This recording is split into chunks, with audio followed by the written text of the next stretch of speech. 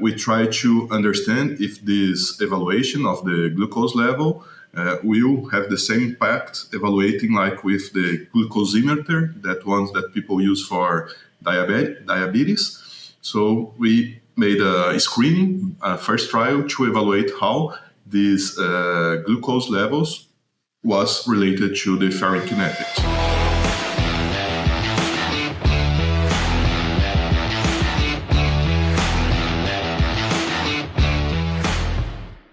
Welcome to the Swine Nutrition Blackbelt Podcast, the latest swine nutrition research digested for you. I'm your host, Clayton Chastain, and today we have with us Dr. Cesar Garbossa, a professor of swine nutrition and production at the University of Sao Paulo, Brazil. So Cesar, before we begin, could you tell the audience a little bit about your background? Perfect.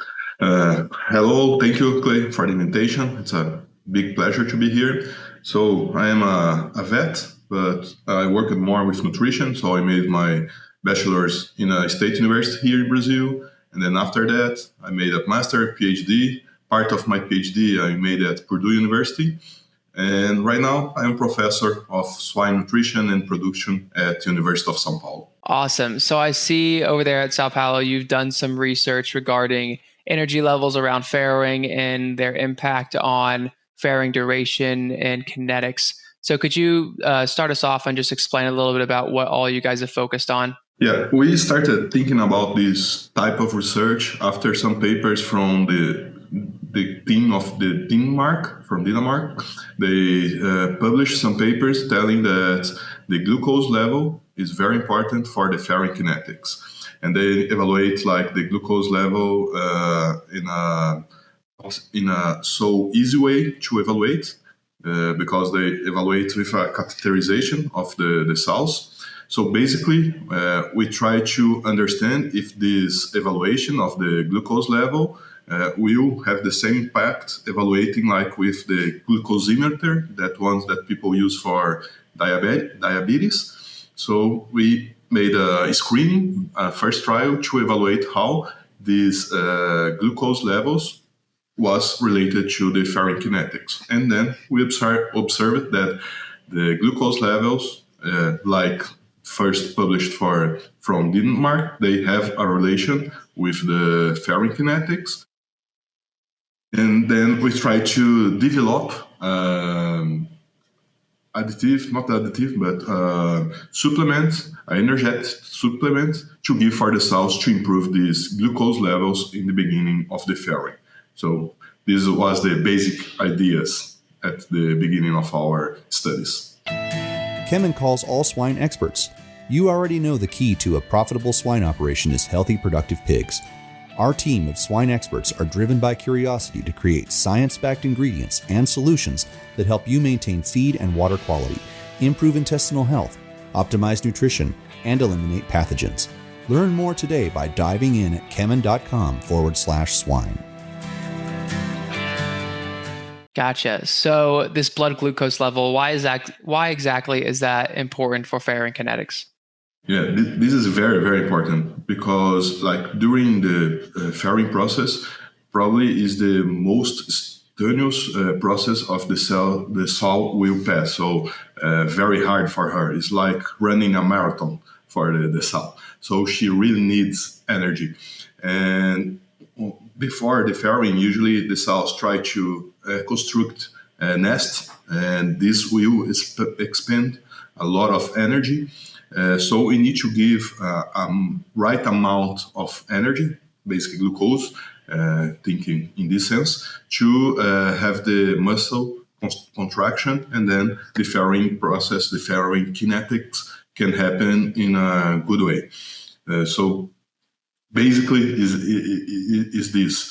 And what we saw, basically, on the first trial that we ran is like sows with the greatest levels of glucose will have faster farrowing kinetics, and then we will have better performance for following the farrowing.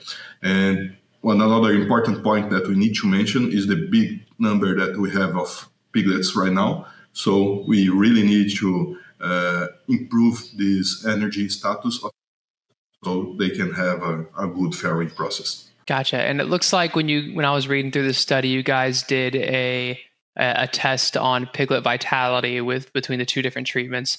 So could you tell me a little bit about what that test included and how you evaluated piglet vitality? This is also important, like the ferrous kinetics is related to the piglet vitality. So we adapted an Apgar test. So basically what we evaluate is like the time for the piglet to stay up, time for him start to breathe, the amount of meconium, the meconium stain, the color of the nose, things like that. So we can try to understand how is the vitality of these piglets. And usually when we have a better vitality, he will have a increase in colostrum consumption. So we know all the benefits of piglets that are more smart, more vital. Gotcha. And so we've kind of discussed a little bit about the importance of the blood glucose levels and the sow around farrowing time. Are there any other known alternatives to modify blood glucose levels?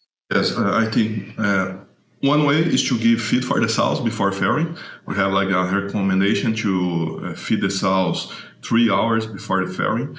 The problem usually is associated with the composition of the feed. What I mean with this is we usually don't have a great amount of fiber in these diets. So probably we will have a constipation problem. So this is something that we need to be worried. And then because of that, we try to develop this energetic supplement. So what we made during this trial, we basically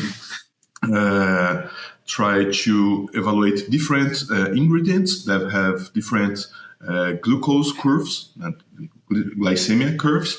And then we evaluate this first on the first trial, and then developed a supplement blending this different type of carbohydrates. Majority, we have not just carbohydrates in the composition of our additive, our supplement, but trying to give a higher glycemia for the cell, a higher glucose level, blood levels for the cells. So basically one that when you give, you have a great amount of glucose in the beginning of the farrowing, and it will keep increasing during the farrowing process.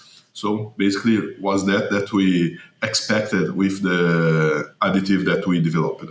Like when something similar when people run marathons, that they need a supplement, energetic supplement, basically something like that. Gotcha. And so with that, we've kind of now discussed a little bit about energy and how energy impacts the farrowing kinetics.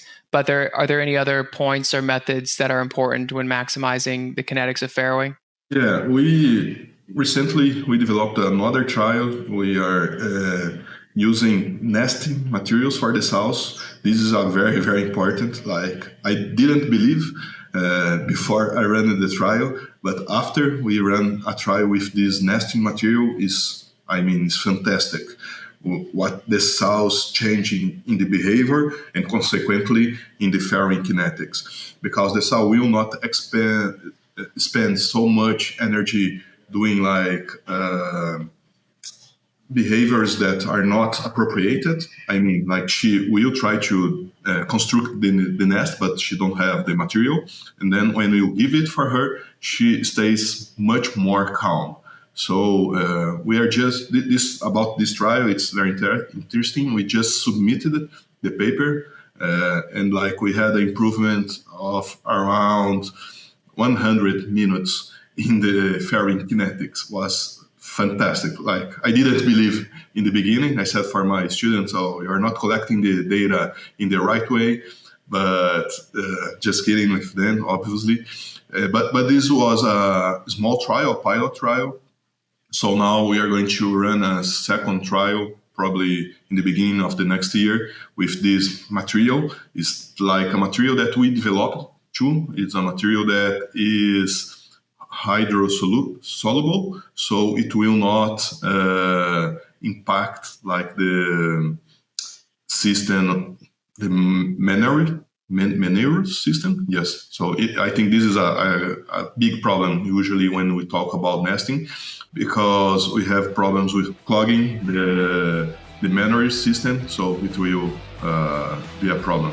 It is important because this type of material is hydrosoluble, so we will not impact the manure system. We will not have problems with that. All right. Well, I believe it's all the time we have. So thank you again, Cesar, for coming on the show and sharing all this research with us. Thank you. It was a big pleasure. Yep. And to everyone else, thank you for listening to the Swine Nutrition Blackbelt Podcast. Please visit us at swinenutritionblackbelt.com. And don't forget to subscribe to our podcast channel so you won't miss out on the next episode. See you next week.